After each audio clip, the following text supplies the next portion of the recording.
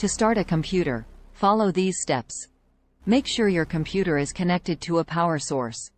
Plug in the power cord into the computer and the electrical outlet.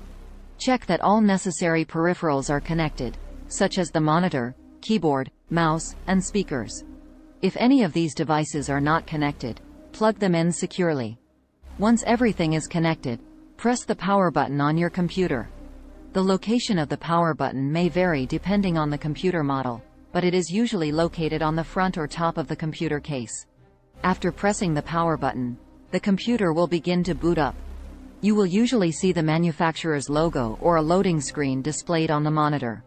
Wait for the computer to complete the boot up process.